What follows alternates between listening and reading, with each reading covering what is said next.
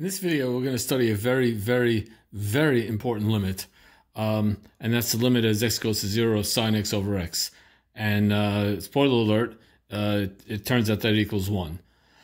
And we're going to prove it. Oh, did I mention that this was a very important limit? Now for the proof, we start with this diagram. Let's say that this is on the xy coordinate plane. So that's the origin. We'll call that point 0, or O, I guess. This point here is 1 comma 0, and that point up there is 0 comma 1. So this is a unit circle, or it's a quarter of a unit circle. Anyway, this angle is x degrees, x radians. This angle is x radians. Now, so if that's the case, the length of OA is cosine x, and the length of AD is sine x. That's something we know from trigonometry. The length of BC is tan x, because remember, OB equals 1. That's important. OB equals 1. So the length of BC is tan x. Again, these are facts that we know from trigonometry. Now, we have here a smaller triangle. We have a larger triangle. And sort of wedged in between them, we have this little pizza slice. So we have triangle AOD, that's the smaller triangle. We have triangle BOC, that's the larger triangle. And we have this kind of, I'm calling it BOD, this kind of not a triangle, but like a pizza slice. It's called, in the technical math word is sector. It's a sector of a circle. Well, the area of AOC is the area of BOC is bigger than the area of the pizza slice, which in turn is bigger than the area of the smaller triangle. So we have this inequality here, that this area is less than that area, which is less than that area. Now, the area of a triangle is 1/2 base times height. So sine x times cosine x divided by 2, that's the base and the height, divided by 2, that's the area of the small triangle. The area of the large triangle is also 1/2 base times height. The base is OB, which is 1, and the height is BC, which is tan x. And again, divided by 2, that's part of the formula.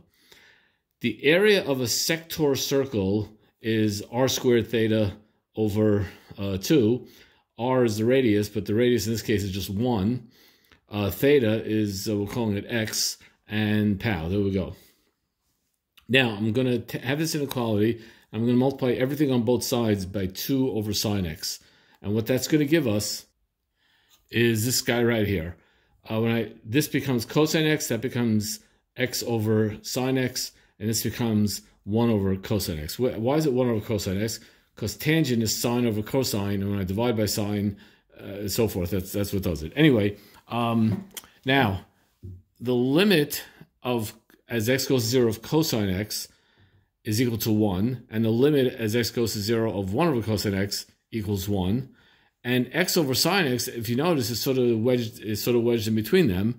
So by the squeeze theorem, which we learned in the previous video, the limit of sine x over x, the middle guy, is going to be equal to the two outer limits. Hey, the outer limit, which is equal to 1. By the way, here it says x over sine x, here it says sine x over x. It doesn't matter, because if x over sine x is 1, then the reciprocal is also 1. That's why I just did that. So the limit as x goes to 0 of sine x over x is equal to 1. This, again, is an extremely important limit, and a lot of things we do is going to be based on this. In particular, well, I don't give away too many spoiler alerts, but there's something called the derivative, which we haven't learned about yet, but it's very important to calculus of and the way we find the derivative of sine functions is really based on this limit.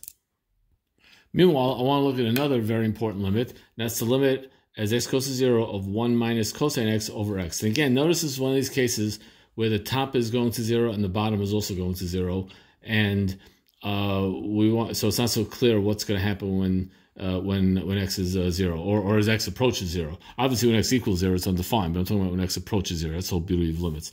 So we're going to prove that this limit is equal to 0. That's what I'm stating, and now we're going to prove it. So first thing I'm going to do is I'm going to take this 1 minus cosine x over x. I'm going to multiply it times the fraction 1 plus cosine x over 1 plus cosine x. I'm allowed to do that because I'm multiplying by 1. The reason I want to do it is because on the top I'm going to get like an a plus b times a minus b type situation. And what's going to happen here is that when I multiply 1 minus cosine x times 1 plus cosine x is 1 minus cosine squared x. That's basic algebra. And that's equal to trig identity. That's equal to sine squared x. And again, that's a trig identity. Now this here, I could take this limit. We learned in a previous video about the different limit laws. When I have a limit of a product is the product of the limits and so forth. So basically I could take this and break it up into factors like this.